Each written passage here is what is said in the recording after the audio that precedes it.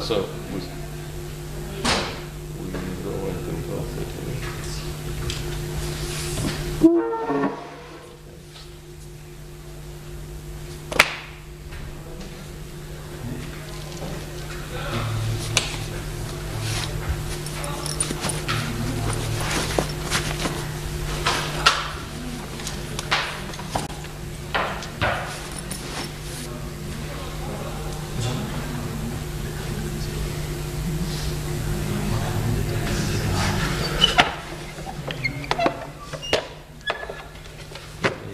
Mridanga for now, Buddha.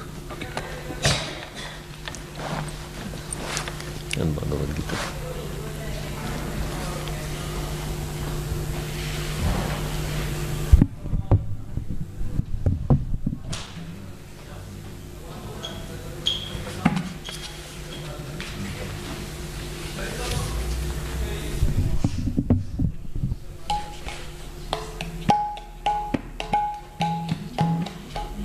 Namo Vishnu Padaya Krishna Pristaya Bhutale Srimate Bhaktivedanta Swaminiti Namine Namaham Vishnu Padaya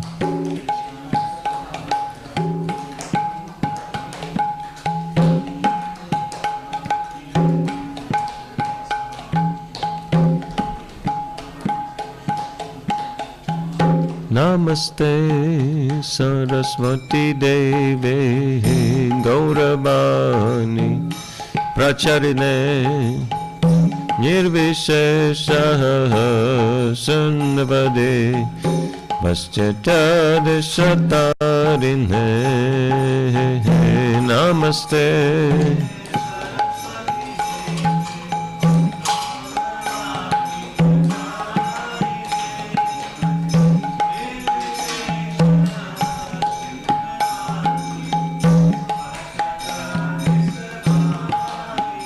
Jaya Shri Krishna Chaitanya Prabhu Nityananda Shri Advaita Gadadhar Shri Vasadi Gaura Bhakta Vrinda Jaya Shri Krishna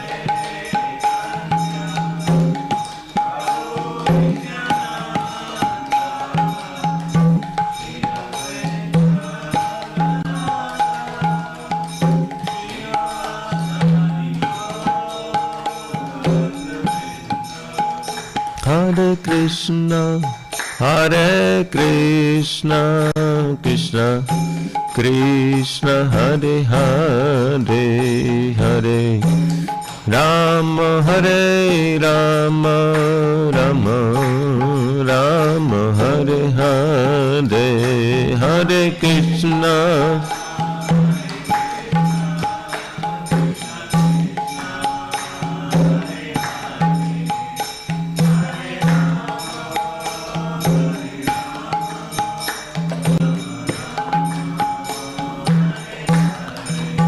Hare Krishna, Hare Krishna, Krishna Krishna, Hare Hare, Hare Rama, Hare Rama, Rama Rama, Hare Hare, Hare Krishna.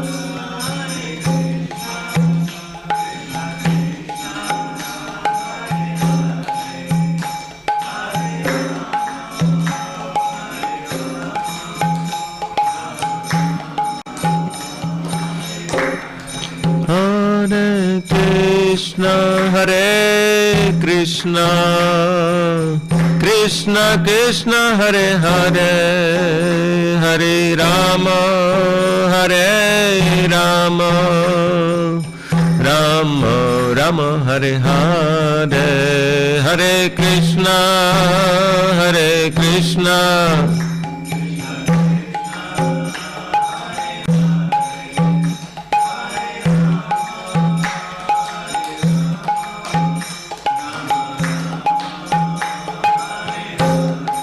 Hare Krishna, Hare Krishna, Krishna Krishna, Hare Hare, Hare Rama, Hare Rama, Rama Rama, Hare Hare.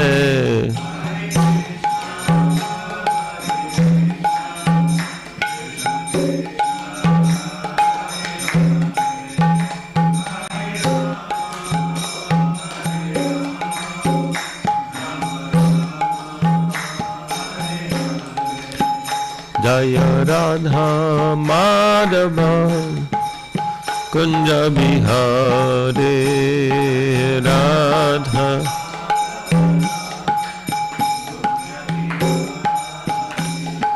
Gopidana Balabha Girivaradhade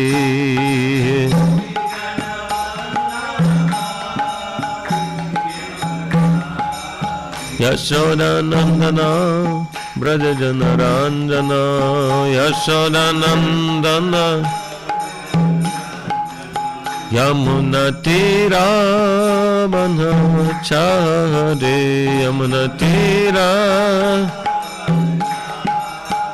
Jaya Radha Madhava Kunja Bihare Radha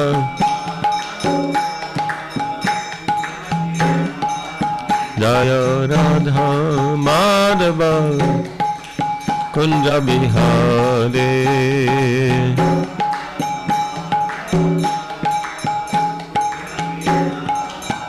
Jaya Radha Gopinath Radha Gopinath Radhe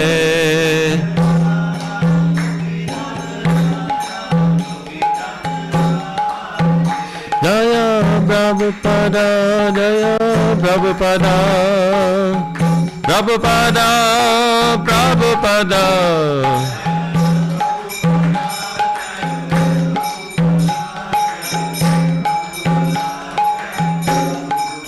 Haribo Haribo Haribo Nitai Gaura Haribo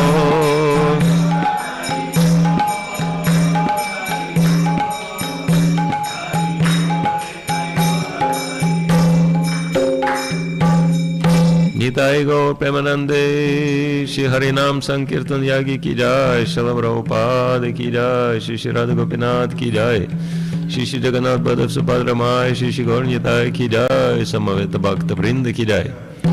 All glories to the assembled devotees, all glories to Shri Guru and Shri Gauranga.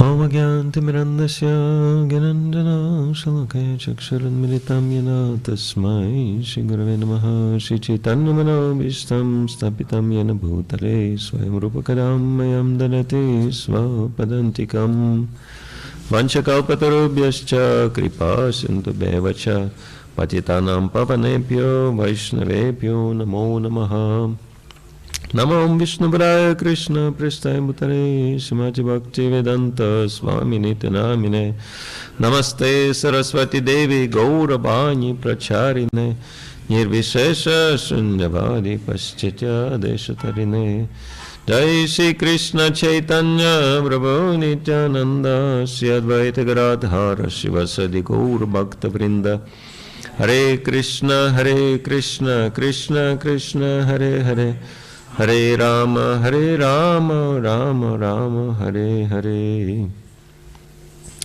Ptai Mahat Priyama Pura Vibur Nirmayak Satyada Musapurusha Punktai Gunan Sada Sasada Satmaka Yan Krishista Bhagavan Vacham Sime.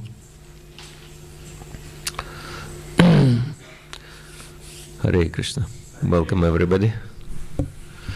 And so today we'll traditionally read one of the texts from Bhagavad Gita. as it is, translation and purport by His Divine Grace A.C. Bhaktivedanta Swami. Srila Prabhupada Ki Jai. And this is chapter 3, which is called Karma Yoga, and text 26. Om Namo Bhagavate Vasudevaya. Om Namo Bhagavate Vasudevaya. Om Namo Bhagavate Vasudevaya.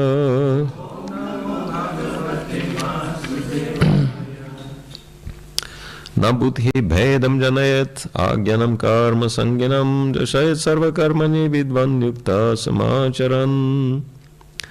Translation. So as not to disrupt the minds of ignorant men attached to the fruitive results of prescribed duties, a learned person should not induce them to stop work. Rather, by working in the spirit of devotion, he should engage them in all sorts of activities for the gradual development of Krishna consciousness. Purport. Vedascha sarvar aham eva vedya. That is the end of all Vedic rituals. All rituals are performed, all rituals, all performance of sacrifices, and everything that is put into the Vedas, including all direction for material activities, are meant for understanding Krishna, who is the ultimate goal of life. But because the conditioned souls do not know anything beyond sense gratification, they study the Vedas to that end. But through fruitive activities and sense gratification regulated by the Vedic rituals, one is gradually elevated to Krishna consciousness. Therefore, a realized soul in Krishna consciousness should not disturb others in their activities or understanding, but he should act by showing how the results of all work can be dedicated to the service of Krishna.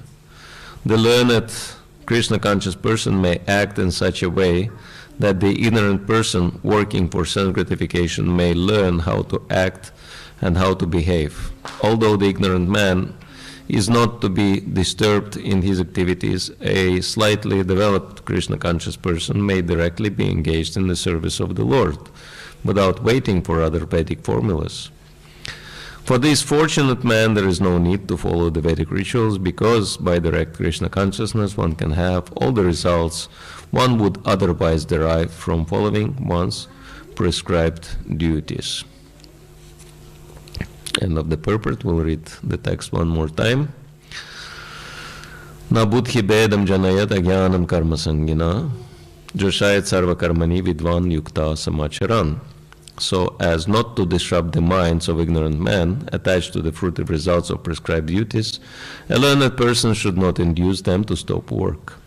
Rather, by working in the spirit of devotion, he should engage them in all sorts of activities for the gradual development of Krishna consciousness.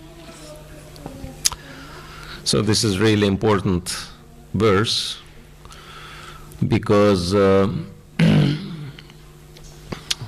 are very few people who can understand and follow Krishna consciousness. And most of the people, because serving Krishna means a lot of sacrifice, right? But most of the people, they're only interested in what they are interested. Like, for example, this little girl, she's not interested in class, in philosophy. She wants to play, right? Because, you know, everyone has their own level of consciousness, so she cannot understand much of the philosophy. And that's why, for example, there is kids Janmashtami organized, so they have a lot of engagements there, and so they can play with Krishna in the center, right? Where is it? Kids Janmashtami? Huh? Nearby. Nearby public school. Yeah. So this is the idea that, and you can see in other spiritual organizations who are a little bit more organized. I mean, one of our late gurus, Srila Sridhar Swami, he said, if you hate organized religions, join Hare Krishnas, because we are not organized at all. So, but in spiritual organizations who are a little bit more together, you know, when people come for Sunday program, they have separate room for kids where they can play and where they can do whatever they want, and there are adults who supervise them. And so, because if you mix, you know, children with adults, you know, neither children will be happy because they cannot play, and neither adults will be happy because children will not let them listen, right? And so there are many examples like that. Basically, Krishna is telling us to use our intelligence and not expect things just happen miraculously.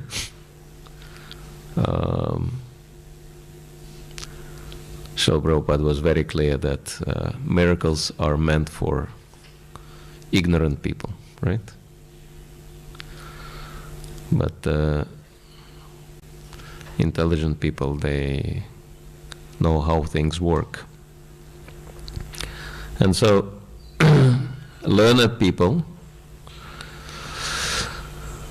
means devotees, and devotees expected to be learned because Srila Prabhupada envisioned ISKCON as a facility for training leaders for the whole human society, right? So that's what ISKCON's meant for, and this is what Srila Prabhupada made so much of the sacrifice. And so leader means the most intelligent person, right?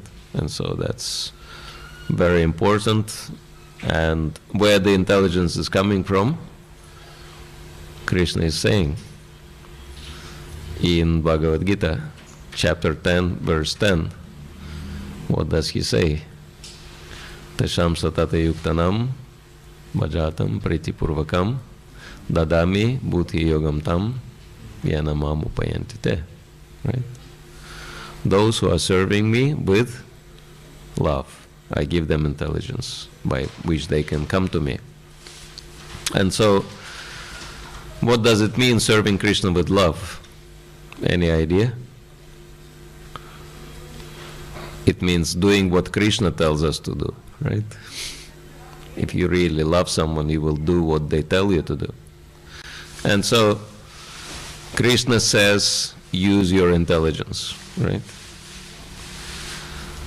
And if you try to do everything what Krishna tells you to do, Krishna will give you intelligence. Otherwise, no intelligence. Right? And intelligence is the most important element in our life, right? Srila Prabhupada was often quoting Bengali proverb, if someone has intelligence, one will have money. And he told the joke that he said, one man was asking the other one, you have any intelligence? He said, I'll look in my pockets. Why are you looking in your pockets? I'm asking if you have any intelligence. He said, well, the proverb says, if one has intelligence, one will have money, so I'm checking how much money I have. So, if we have intelligence, everything else follows automatically, right? And so, intelligence is given by Krishna and given to those who serve him with love, means those who do everything what Krishna says. And you can see that. Those devotees who are very serious in their Krishna conscious practices, automatically, whatever they need in life, Krishna is giving them, right? Krishna is giving to everybody, but especially he is giving to those who try to do something for him, right? And so this is very important, and one of the main things Krishna is telling us throughout the entire Bhagavad Gita, that we should help others to become Krishna conscious, right? But how do you do it? If you impose something or force people, Krishna consciousness is very nice, right? Is it nice? Yes. It's singing, it is dancing, it is nice prasadam, it is very nice association. Devotees are best people on the planet, and deities are always smiling. And so everything is very good. So we like it. But even if something is very good, like I'm sure many of you have some favorite preparation, whatever it is. It could be some sweets, some cake, some whatever. How many of you have your favorite preparation? Okay, everyone has a favorite preparation. Now imagine someone ties your hands behind the back, ties you to the chair, and force-feeding you with your favorite preparation, right? What will happen to you after someone offers that favorite preparation next time? You will not want to see it, right? So that's very important factor, that even though Krishna consciousness is so nice, because it is connected to Krishna and Krishna is all attractive, right? But if you give something so nice as Krishna consciousness by using force, people will start hating it, right? And do we want people to respond like that to Krishna? No. How many of us want people to be very positive and very happy about Krishna consciousness? Okay. So that's why Krishna is saying that we should use our intelligence and try to present Krishna consciousness without using any force, right? Anyone was brought here by force? No. You came on your own. You came because you wanted to come, right? But just imagine someone will start pulling you and pushing you into the temple, right? He'll probably get scared and never come near the temple anymore, right? And so Chanakya Pandit, great scholar in Vedic Shastra, he says, a learned man should never do anything towards other people what he doesn't want other people to do to him, right? And automatically, if we do something to other people, the same thing comes back to us. It's called karma. And so that's why naturally devotees are very enthusiastic in giving Krishna to other people. But it is very important for us to make sure that we do it in such a way that people will appreciate Krishna and will have interest in Krishna. Because this is what people really like, when devotees are presenting Krishna consciousness in a very nice and attractive and positive way. And it is a big contrast with at least some religious groups.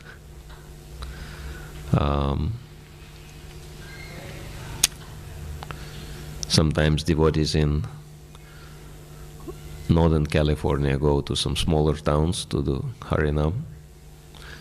And after one Harinam, a man came and he said, "This is very nice that you're presenting God in such a positive way, dancing, singing, smiling, and giving us something nice, to, some prasadam.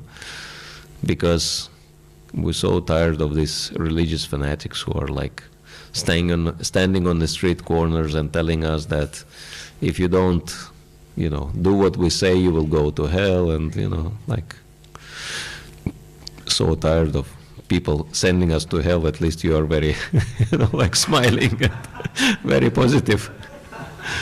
So this is what people appreciate. They appreciate positive nature of Krishna consciousness, and that's why instead of trying to convince people by force,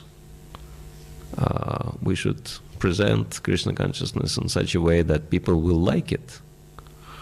Even though people want to enjoy, but Krishna consciousness is full of elements which bring a lot of pleasure, right? And that's why it's very important for devotees to become socially intelligent.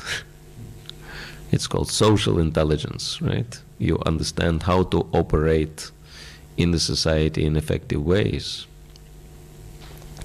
and present Krishna consciousness to people in a very positive and inspiring way, encouraging way. And in this regard, it is very important to remember the first purpose of ISKCON, which Srila Prabhupada established after he registered the society in 1966, that it is meant to achieve real unity and peace in the world. So we can understand that it's a very serious and ambitious plan, and it can only happen if we understand how to meet the needs. And before that it says that Krishna consciousness, not even Krishna consciousness, but it's systematic propagation of spiritual knowledge to society at large. And it's interesting, there is no mention of Krishna in the first purpose of ISKCON. And there is no even mention of God in the first purpose of ISKCON. It's just systematic propagation of spiritual knowledge to society at large, and teaching all people the techniques of spiritual life in order to check the imbalance of values and achieve real unity and peace in the world. And so that means presenting universal spiritual knowledge and spiritual principles which can help people to solve their problems and effectively help them to achieve real unity and peace, right? Because peace in the world starts with peace in the mind and peace in the heart. And so this is what Srila Prabhupada expected ISKCON, International Society for Krishna Consciousness, to achieve. And this is very interesting universal purpose, actually, which would be acceptable by anyone who is in goodness, at least, right? Any good person would want to do something to help others, and any good person would want people to see peaceful and free from all the troubles and conflicts, right? And so this is an excellent ground for us to create partnerships with anybody, with other people, and with even government structures. And so if we understand how Krishna consciousness works, we can easily create partnership with other people and engage them in things which are connected to Krishna, to serving Krishna. And one example, my friend who is a devotee, but he has a father who is the head of the research institute and very prominent person in the city, and he was perceiving Krishna consciousness as some kind of, strange cult and never had any interest, even though his son was practicing very seriously. And his son was thinking, how do I make my father interested in Krishna consciousness? And father, belonging to that kind of elite circle of the society, was regularly going to the classical concerts, and they have a symphonic orchestra in the city, and he was going to the symphonic orchestra concerts. And then one time, one of our swamis was arriving in town, and this devotee was organizing his visit. And he was thinking, can I use the visit of the Swami? And the Swami is very good musician and singer, very good kirtaniya. And he was thinking, can I use Swami's visit to make my father into a devotee? And then he came up with the idea. He went to the symphonic orchestra and he told them, there is one monk comes, and this monk is very good musician and singer. He's very good singer, but would you like to play together with the monk? Let him sing and you will accompany him. And they said, fine, why not? It's interesting. Never done anything like that before. We can accompany monks singing holy names of God with the symphonic orchestra.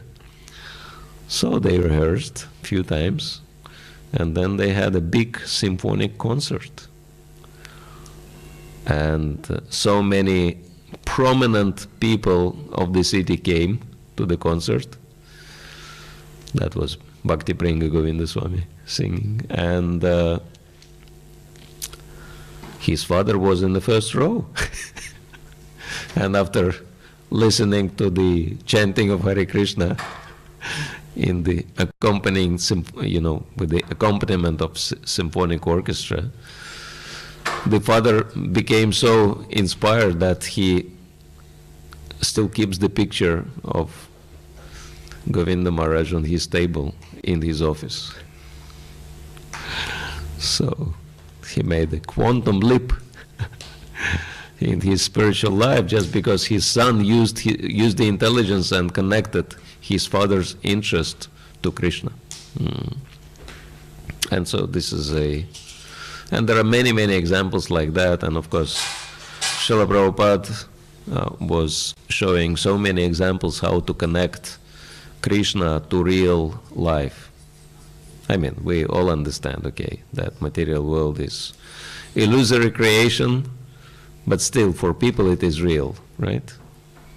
And actually, if we connect it to Krishna, if we help people to connect their lives to Krishna, then Krishna will become very real for them.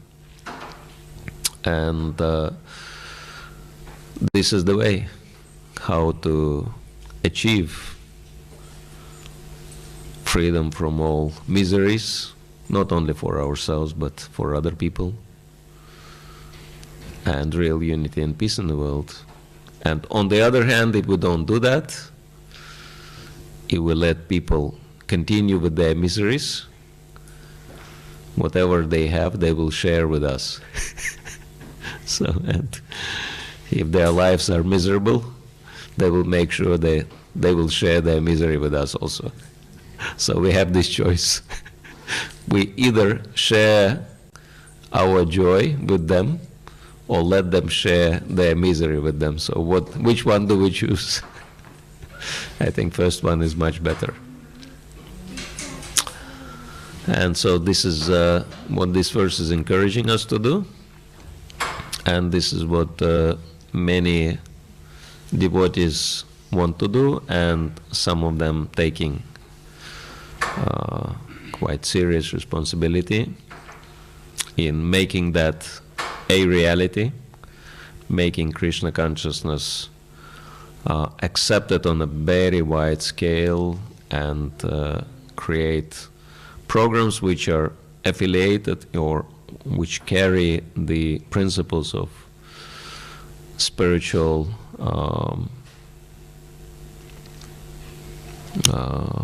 technology, we can say, in them.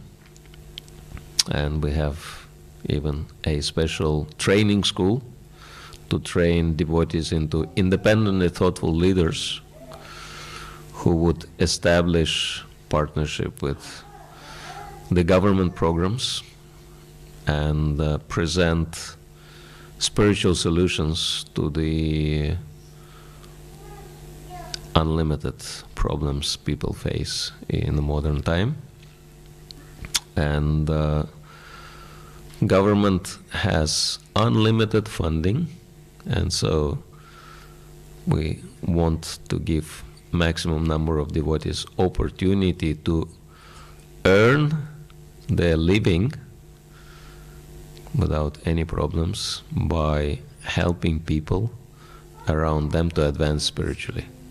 So if you learn how to do it properly, you can make it into your professional career, right? Spiritually helping people. And government can provide you with unlimited funding because they have unlimited funding, right? Everybody pays their revenues, right? Government is collecting from everyone, but they collect to give, well, at least some portion to give back to people. Some, large portion is allocated for helping people with solving their problems. And so if devotees want to learn how to solve people's problems by spiritual methods,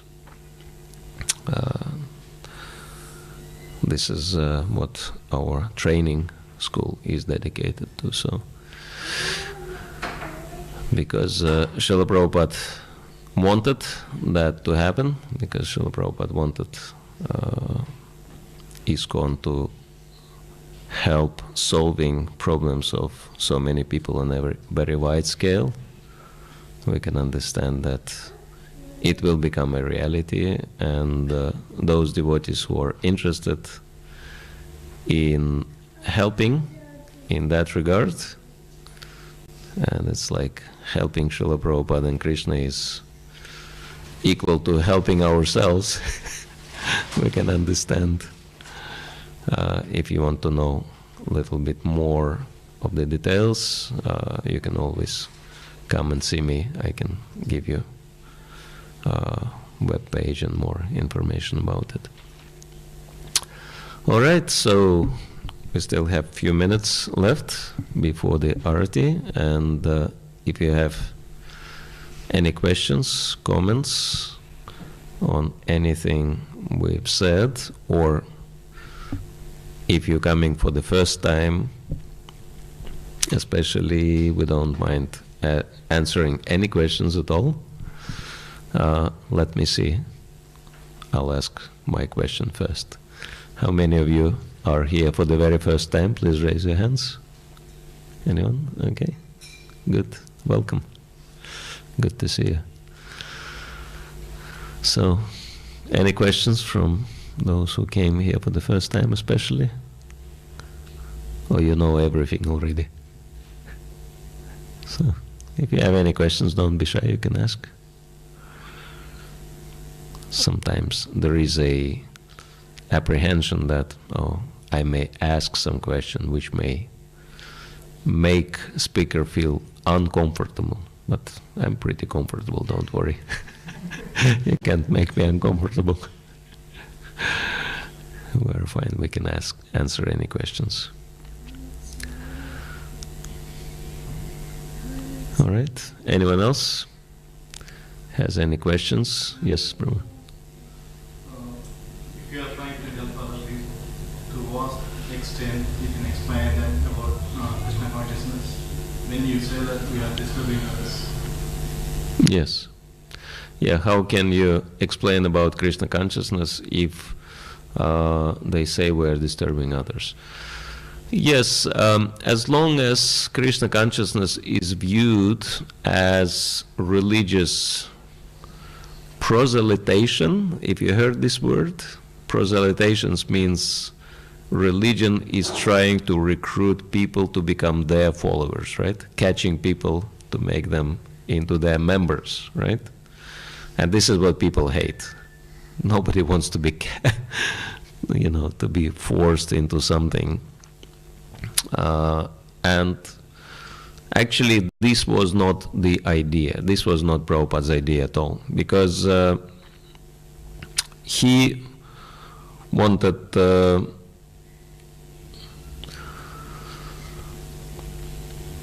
people's lives to change, regardless of whether they will sign up as members of Hare Krishna movement or not, right? And so he wanted this movement to be giving movement. He wanted us to share everything we have with people, knowledge, culture, life skills, spiritual technology, right, with people.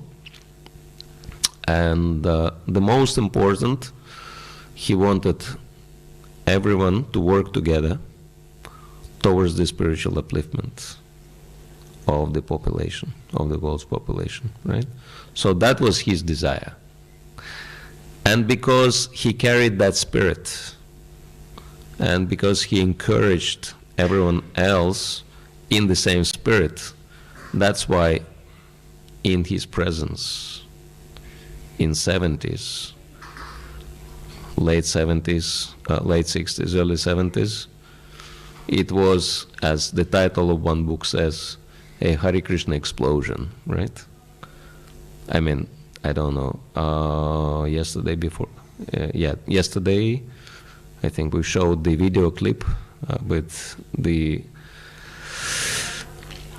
footage from Srila Prabhupada. Anyone have seen that?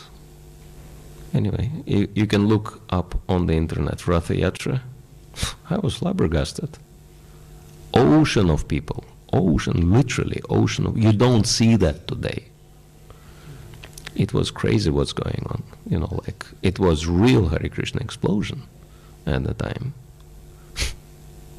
No comparison to what's going on today, because Srila Prabhupada encouraged people in that spirit.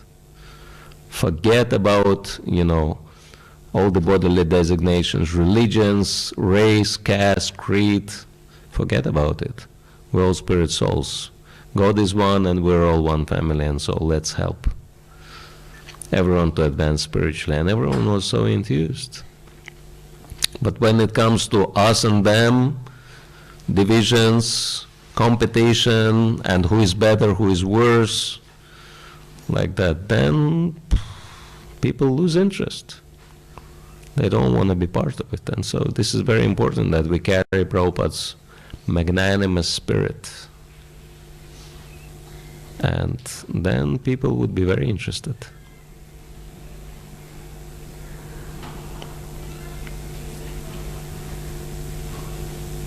Thank you. Good question. Anyone else? Yes. It's not a question, it's just a comment. The one line you said, the deities are always smiling. Yes. That's true. It makes me think that not really all the temples are the deities. Smiling. Yes, yes. Because Krishna is always happy, right? He is the Supreme Lord. He has no concerns about anything, right? Everything is under control, right? Fully. And he has a lot of good association, everything, And so that's the idea of Krishna consciousness. If you become Krishna conscious, then anandam buddhi vardhanam, you become happy. And so this is the ultimate gift of Krishna, right? It makes you happy.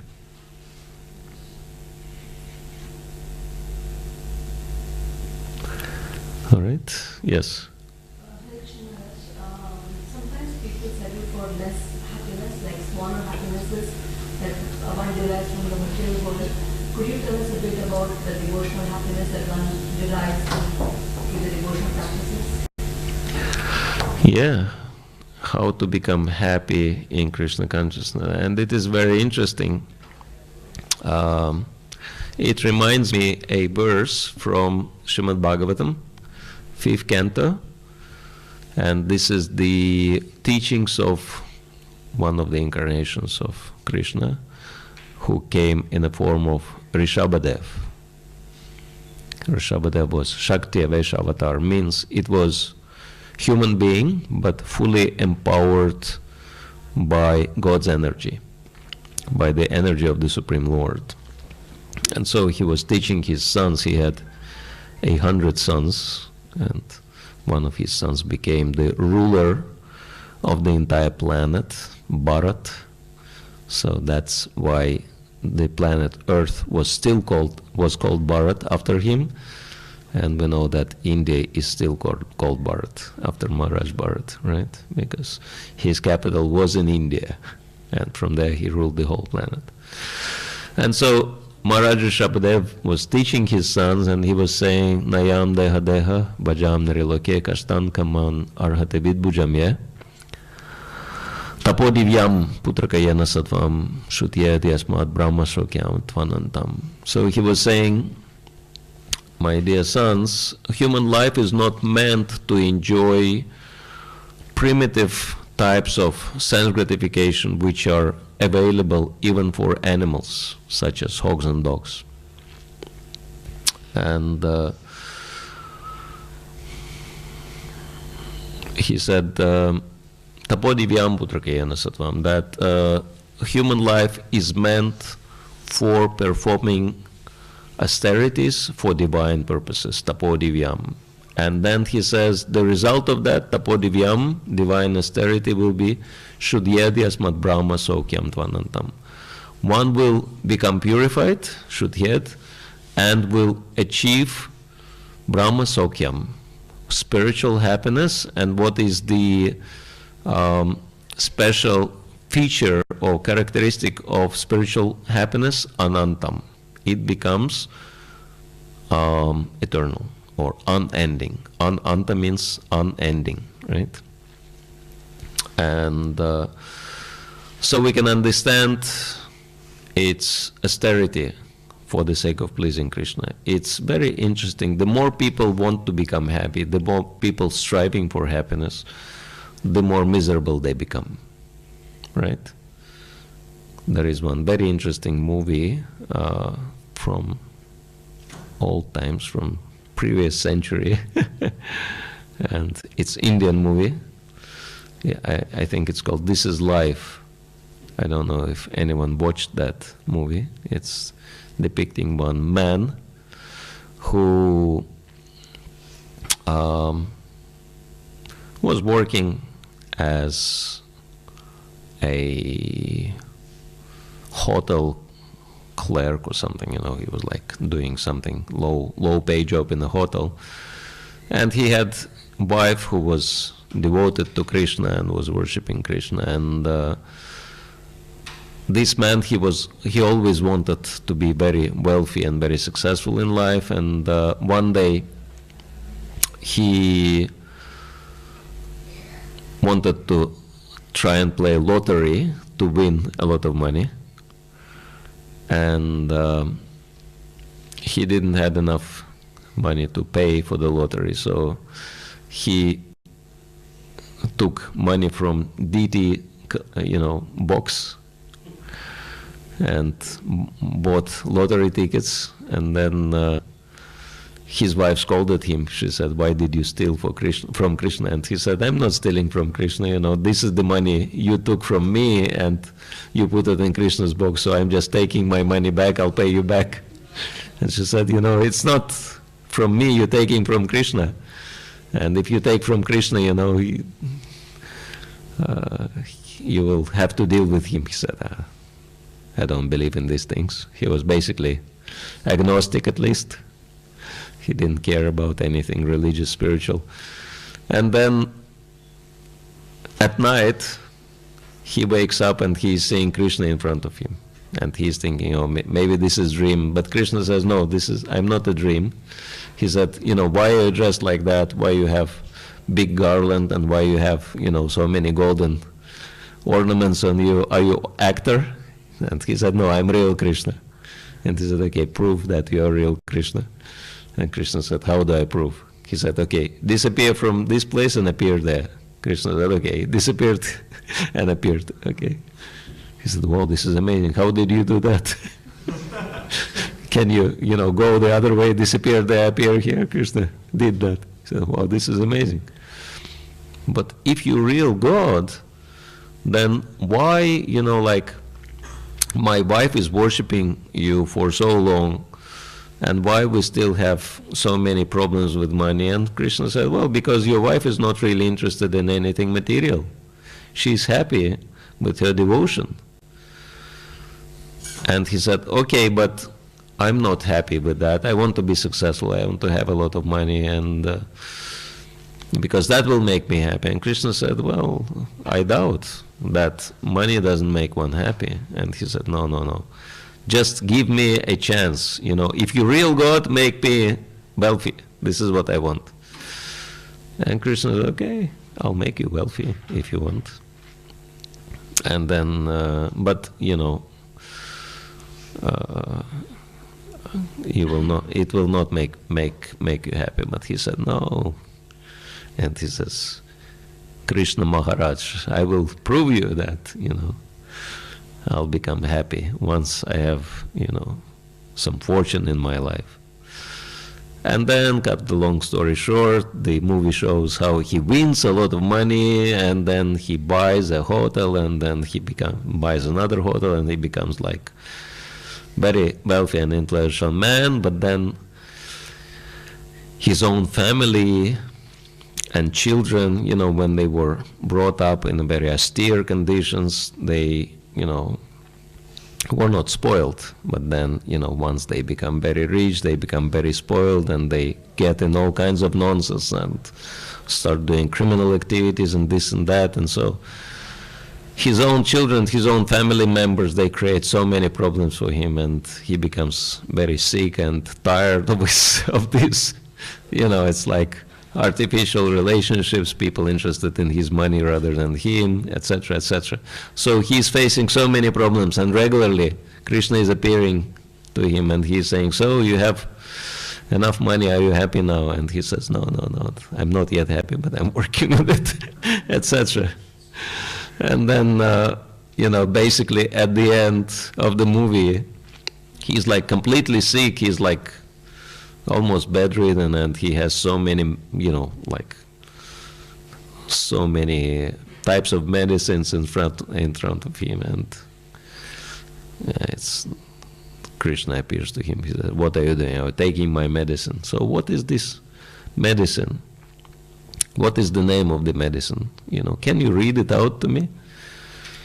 And he says, "What? Are you illiterate? You cannot read?" Krishna says, "No, I want you to read for me what's written on the label."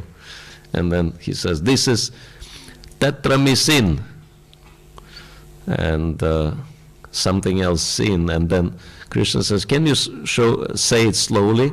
It is tetramycin. He says, "My sin." "So you agree that all these are results of your sins?" He says, "No, that you're playing the words. It is a medicine." And he said, "You can't understand that everything you're facing, that's only results of your sins," etc. And then, you know, at the end of the movie, he agrees. He says, "Yes, Krishna, I agree that material happiness is impossible in this material world, and so I surrender. I want to become your devotee. And so this is the idea of the movie and idea of Krishna consciousness, actually, that nothing in this material world can actually make us happy, and the more we try for happiness, the more we become miserable. But if we forget about our own happiness, and if we think how to make Krishna happy, then we become really happy. And so sacrificing everything for Krishna's sake, the more we sacrifice everything for Krishna, the happier we become in life. And actually, one who sacrifices everything will never miss anything in life. And Srila Prabhupada is very vivid example of that, because he gave up everything, right? Family, business, his home country, and he went abroad just because his guru wanted him to give Krishna to the whole world. And he came with nothing, and he got everything from Krishna. It's like his father, when he was young, he was telling him, Krishna has, Supreme Lord, has unlimited hands. And if he wants to take anything away from you, how can you hold on to anything, right? He will still take away. But if he will want to give something to you, with his thousands of hands, how much you can take. And so that showed very clearly in Prabhupada's life, right? That first Krishna took everything away from him, and Srila Prabhupada didn't mind. He knew, okay, this is Krishna's mercy, and then he fully dedicated himself to serve Krishna, and then Krishna gave him unlimited, like literally billions of dollars to build or to open. Not all the temples were built, many temples were just purchased buildings and remodeled into the Hare Krishna temples, but 108 temples in 12 years. And so many books published, 60 million books, all these achievements, it's like impossible to imagine. So, and he was really happy.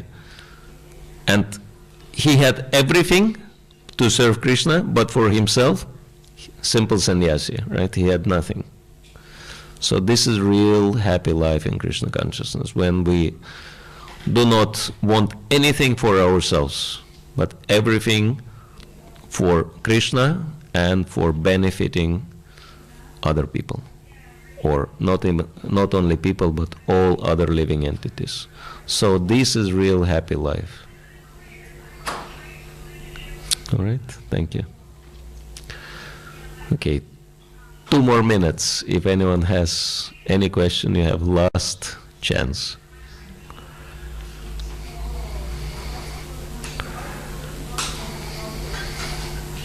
Okay, the offer expires very soon.